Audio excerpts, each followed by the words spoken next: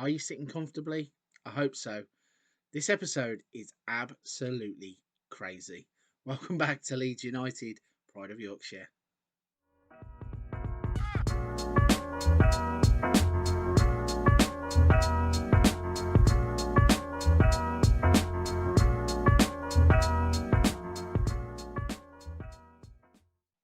Hello, everybody. Welcome back to Leeds United, Pride of Yorkshire. So, in yesterday's episode, we had season 4 review show where we went through, showed you the Champions League's winning squad. Also went through the entire season that was in terms of season 4. We then said that with the Club World Championship coming up, or Club World Cup as it's now known, I think, we were going to have kind of a season 4.5 kind of mini run. So this is going to be the first episode of that. So to fill you in with what's going on with that first, you can see just up here somewhere, the first game is going to be against Al Ittihad. I believe I've said that right. Playing in Stade Mohammed. We have gone all the way to Morocco in preparation for this tournament. Pretty excited about this one. I think we've got a really good shot. After winning the Champions League, I think we should have a pretty decent run at this tournament. But this is where the save is going to get absolutely mental. So obviously, with the end of the season, it's the beginning pretty much of the new transfer window, and the transfer window has kind of exploded. So let's show you what's been happening since you've been away. There is no easy way really to do this other than hit the transfers tab. So if we hit players out first, you can see we've got Christopher Clayson, not too much of an issue, been out on loan for quite a while, still 24 years old, but he's going to be leaving the club. He has 2 offers on the table. Then in terms of midfielders, we have agreed a deal for Thiago Alcantara to leave the club on a permanent. Went out on loan to Celta Vigo earlier on in the season, and we're shipping him out. He wasn't happy, wasn't going to get the game time. It was a little bit of a backfired project, I'll be honest. I thought he was going to come in and do a lot better with what we had at our disposal, but wasn't to be. 34 years old, not too sure the board are going to be too bothered about taking much of a loss. We're going to recoup 3.6 overall. I think we paid 4 million for him. The next player to leave is Julian Brandt. He's going to Napoli for 11.5 million pounds. Another player really couldn't get him firing on all cylinders. He'd be good some games, not so good in others. Couldn't really get him going. So we bought him for 8.5, sent him on for 11.5, and that I think is rising to about 15 million pounds. So that is a good deal for us. The next one you can see is Adam Hlozek, another player who come in quite early. A bit of a young gun who we were looking to develop, but in terms of the way that he plays football, not too sure it's stylistic for the Premier League. We're going to look to move him out on loan. He has a few options there. Right, so when I move this tab now, this is going to set alarm bells off, because when I got the offer, it was one of those where I had to think for a little while. Actually left the game running, went off and did something else, and then came back. It was that important of a deal. When we go down, so going to go as slow as I can. So we've got the first one, Sebastiano Esposito. He was a player we bought on transfer deadline day for about £8.5 million as well. We're selling him on to Borussia Dortmund for £15 million, so good return on investment there. We have then got Sebastian Soto, who is a player who I'll reveal is coming in the next section. But you can see on the screen here, this name, Benjamin Šeško, has signed a deal to leave the club. We had a deal of £120 million up front, £135 million overall. It was one the board basically was saying, yeah, we're taking that, because we had him on loan for a season. I think we then signed him for, what was it, £8 million back in season 2? £10 million. So we paid a loan of 2.7, bought him outright for 10.25. So 13 million pounds worth of an outlay, and we are getting 135 million pounds back potentially in that deal. So a sad one to see go. We've developed him at the club and have absolutely loved having him up front. We're going to be in a little bit of trouble if we can't replace him. But the next one on the list is Donovan Figueroa. He's a homegrown player that we looked to break into the first team. Couldn't really get him in. He played a few games, he scored a few goals, but a £5 million offer for a 19-year-old that I don't really think he's worth the money. But he has every chance to prove me wrong. I think he's going to end up at either West Ham or Wolverhampton Wanderers. And then the bottom one is Ben Andreucci, and he has 2 lower league offers that we are looking at. So this is where it gets even crazier. So for the players that are going to come in, so we have signed a deal for Ishmael Cervantes. Cervantes, yeah. He's one that it says one for the future, signing whatever the price. So we have swooped in. You can see he's number 11 on the list in terms of the positions that he plays. Can play quite a few. In fact, you can't see that because I think you're just under. It's just underneath where my box is. But he's a player with bags and bags of raw talent. Another one that is going to come into the team at 18 years old. One we're going to look to mould. And then basically, with losing Sheshko, we kind of went a little bit crazy in terms of trying to sign players to replace him. So we have Rasmus Hoyland. I think we go with Hoyland. He is a Danish international, played 2 games, scored 2 goals. He was one that popped up on the radar through the German league. He scored, let's have a look, how many goals was it? So in terms of pure league goals, he scored 15 goals in 32 games in the Bundesliga after moving from Schalke for £3.5 million. Thought he might be worth a punt at £5 million. We are waiting for a work permit to come through, so I think that deal is as good as done, but he's one that certainly could come into the team and provide a little bit of cover. We then have a deal in place for Thiago Moraes. He's another one, 21 years old. Says he's going to slot in as the number 9 kind of striker or right winger. Let's see if that actually changed. No. So, yeah, going to slot in at number 9 on the depth chart. But he's another one, when you look at it, in the Portuguese league, as a striker or attacking midfielder, right or left, got options in terms of positions. He has played 33, scored 17. In the last 2 seasons, he has scored 29 goals in 65 games. So the goal scoring pedigree is there. And he's a player that is really cheap in terms of transfer, £2.5 million. We are looking at hopefully a developmental player that we can progress.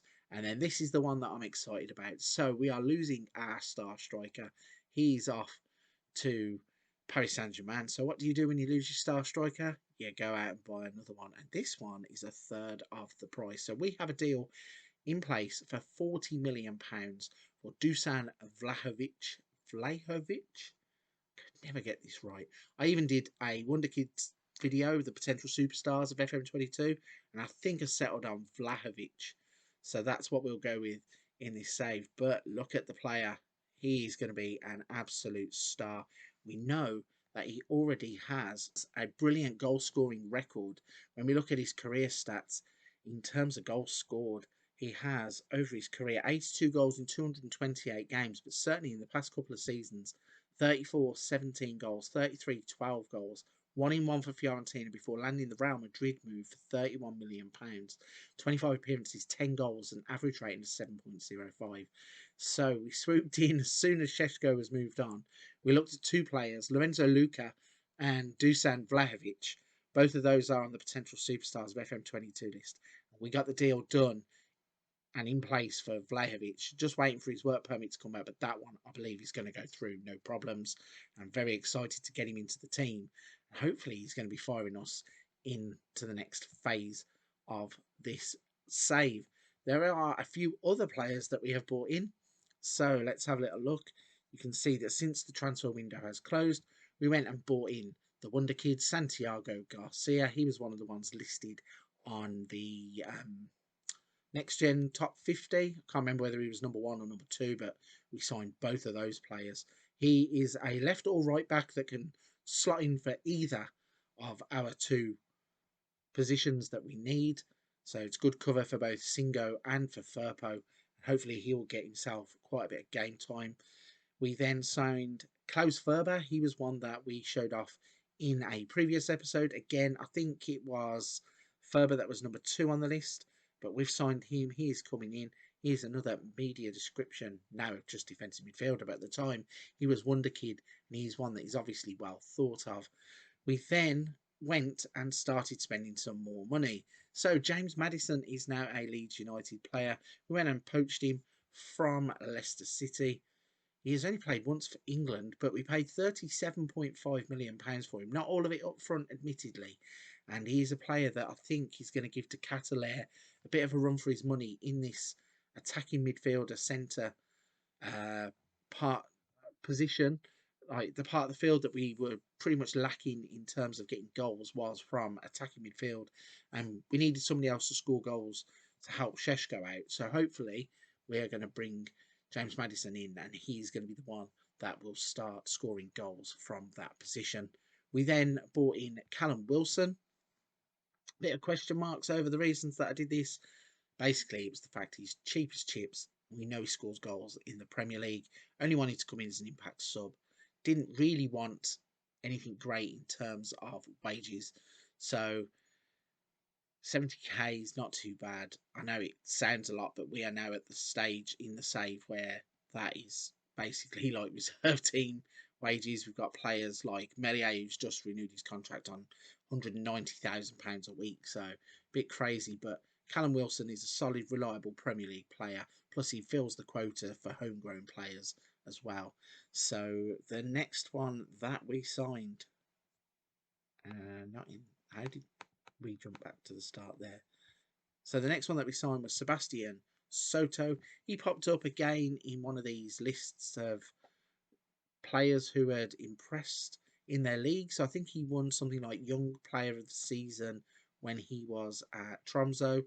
Swooped in £425,000. He scored 7 in 10 in Norway, and that was a deal that we wanted to do pretty quickly.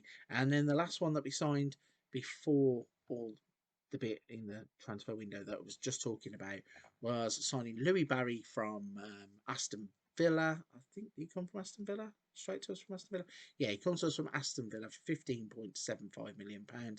Had a loan spell at Hull where he scored 6 goals in 17 games. This is a player that I previously looked at. I did a video for FM Scout before and looked at how players develop, and also did a video for the FM network, and Louis Barry was the subject of the video that I did. So I know that in terms of getting the best out of him, you really can do that, and you can extract something brilliant out of Louis Barry. He's going to be a player, once he gets firing in the Premier League, he will start to make a real name for himself. I know he scored the goal against Liverpool in the FA Cup, but hopefully we can get him up and running in the Premier League with Leeds United in this save, and we can go from there.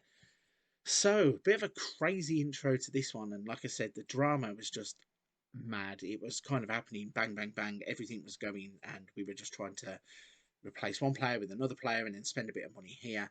It does mean, in terms of finances, we have £141 million to spend. We have a wage budget of only £3.4 million, but once that all dies down, we'll have a few players getting off the books that are high earners. We can tinker with that budget a little bit, because I'm sure if we take 20 million off of the 141 for wages, that isn't really going to kill the club at all. But after waffling on and on and on about transfers, we actually have a game to play. So let's jump forwards, have a little look at the lineup, and get this game against Al Ittihad underway. Okay, so the first game of the Club World Cup is going to be against Al Ittihad. We've flown all the way to Morocco for this game, so a neutral venue. And the lineup we're going to put out for the first game will be Melier in goal, Firpo, Woba, Konate, Manea. Got Madison and Phillips in the middle, with James de Catalet, Rafinha, and Karim Adeyemi up top. So a few notes to tell you about. We have a load of players that are unavailable, unregistered. Not too sure what happened in terms of some of the players. I know in terms of like Callum Wilson, he was signed and he'd already played for 2 teams. Louis Barry's currently on holiday. So we are just playing with the players that we have available. I think also, where is Benjamin Šeško? So Šeško, actually, despite being on the list of players to leave, could have played today. He's some way short of match fitness, and he's recommended not to be played. So he's still on the bench. So we still have a chance to play him in the Club World Championships before he leaves us to go to Paris Saint-Germain, but not available for this game. So let's just show you what happens. with the players that are available in the first game of the Club World Championship.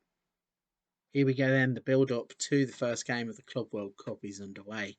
Players are on the pitch and we are about to kick off out in Morocco. So, don't know too much about Al Ittihad, if I'm honest.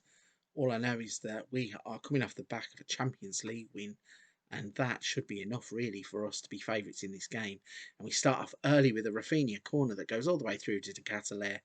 Is the referee going to look at this? I can't see really what was wrong with that. From the first angle that it came across, it just looked like he was standing in the middle of the penalty area there. The goal's awarded, and rightfully so. I mean, from this angle, you can't really see too much, but he's just standing next to the man. As the ball comes to him, he just side foots it into the empty net, and we are up and running in the Club World Cup with the first goal for Charles de Ketelaere. So interesting that we've signed James Madison, and all of a sudden De Ketelaere. Oh, what a free kick from Phillips on top of the crossbar. But yeah, we signed James Madison, and De Ketelaere now he's stepping up. He's definitely a player that we paid big money for in the last transfer window, and he's one that I'm going to be looking to try and build the team around, really. He's a player that I think is a bit of a superstar. And speaking of superstars, Rafinha, who starred in the Champions League final, he puts the ball over from a free kick. So we are looking good. First half, 42 minutes in, we've got another free kick. So all these free kicks, Calvin Phillips has done it again. He's hit the top of the crossbar. We're getting closer. All these free kicks that we're peppering the goal with. We've actually only had 3 shots on target out of 10 chances that we've created. Looking at the players here, I don't think there's any real need for us to be doing too much in terms of substitutions straight away. And again, start the second half, we have a free kick. Let's see who's going to be on this one. It's Calvin Phillips again. Lines it up, curls it, and again he's hit the top of the crossbar. So maybe we should take Calvin Phillips off of free kicks. Not too sure. But speaking of free kicks, we're going to have another one here. Let's see what happens as Rafinha swings it in. Daniel James maybe at the back post, I think. Might have had the header. It's hit the crossbar anyway. And the ball's come all the way out to Junior Firpo. It's played to Phillips. And Konate turns back to Manea. Gives it to Konate again. We're knocking it around quite nicely. James Madison looks to pick the lock. Plays the ball through. Adeyemi gets it through to Rafinha. And there is Rafinha to smash home a second goal as we make sure that we are pushing to get out of sight. Really had a lot of chances in the first half, didn't take them, and now all of a sudden, when we get the chance, Adeyemi with a nice ball to Rafinha takes one touch and just smashes it left-footed into the top corner, and we are 2-0 up. So with that, we are going to be afforded the chance to make a few substitutions here. I think we're going to bring Wisdom Ame on for Konate. Also going to give Klaus Ferber a debut. Now, I'm not 100% sure what his best position is. I think he's going to be more of an attacking midfielder, so that's where we're going to play him. And we're just going to make the 2 substitutions for the moment. Give him his debut and get back to the actions. Rafinha swings it in. Adeyemi has the header. Can't beat the man, or can't beat the goalkeeper at the near post. He beat his man, but can't find the ball into the net. And building up from the back again here as Madison gets on the ball. I'm really looking to James Madison to be a bit of an influence in the team. There's a ball for Adeyemi. Adeyemi's made it 3. I don't know if the ref's going to get involved here. He looked offside, to be honest. The referee's getting involved, so let's see what he decides. But yeah, I want James Madison really to be one of the heartbeats of the team. One of the things I really thought lacked from Verratti, Sensi, and certainly Thiago Alcantara was the fact that they could influence games every now and again, but couldn't do it consistently across an entire game. Whereas I'm really going to look for James Madison to be that player to step up, shoulder some of the responsibility for the creation in the midfield, hopefully be an assister and a contributor in terms of goals. And speaking of goals, we almost had a third there as Wisdom Ame heads the ball onto the top of the crossbar.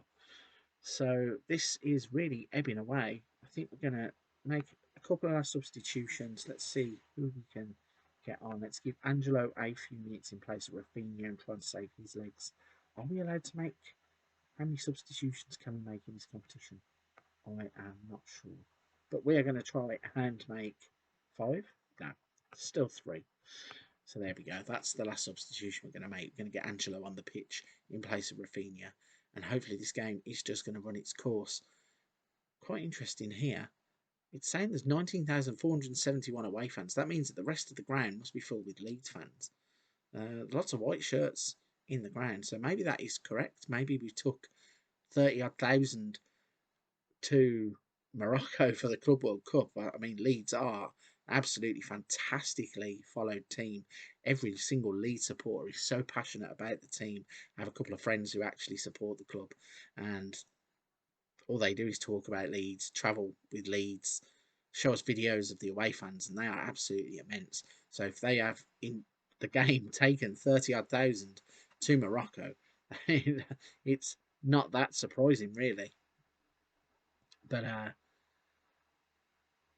that's enough of the game. 90 minutes is up. 26 shots, 10 on target, 2 goals. Could have been more clinical. We obviously have missed Sheshko a little bit. We had the third goal that was disallowed from Adeyemi, but all in all, it's a good way to get into the Club World Cup and start off with 3 points in the group phase. So a great way to kick off our Club World Cup campaign. We beat Al Ittihad quite comfortably 2-0. Could have made it a couple more. I think we played well within ourselves. So let's just quickly have a little look at how the schedule pans out. So in terms of the Club World Championship, it seems to be just coming game at a time. The next game is going to be against S Tunis, and that is on the 24th, so in 4 days' time. So that is going to be the next episode. That'll be tomorrow's episode. Uh, in terms of the entire competition, let's have a look at how it runs. So, group stages. Who's the other team in our group? I stupidly didn't look. So, oh yeah, so it's only 3 teams in a group. I take it we only play each other once and then we move on. Looking at those past winners, Europe have absolutely dominated this competition for a long, long time. Corinthians here being the last team to win the Club World Championship outside of Europe. So, hopefully, if it's not us, that tradition will continue. But I'd love that to be us. So you're going to have to come back tomorrow and see what happens against S Tunis. A great introduction then to another competition that we are taking part in for the first time. 3 points on the board at the first time of asking in the Club World Cup is all that we can do. So a bit of a mental episode in terms of all the transfers that are coming in and out and players going here and there, and quite frankly it was quite mind-boggling having to accept offers for players like Sheshko and then set up deals for Vlahovic. But we have got there. Things are settling down, and hopefully by the end of this competition and then the start of the next season, we will have a squad in place to try and get that Premier League title back from Manchester United. But if you're still watching at this point of the video, firstly, a big thank you. Secondly, if I could badger you to just hit that like and subscribe button to help the channel out. The growth that I've had on YouTube across the first year has been fantastic, and I really appreciate every single person that takes the time to interact with the channel. But for this one, I'm going to wrap it there. Come back tomorrow to try and find out how we get on against S Tunis.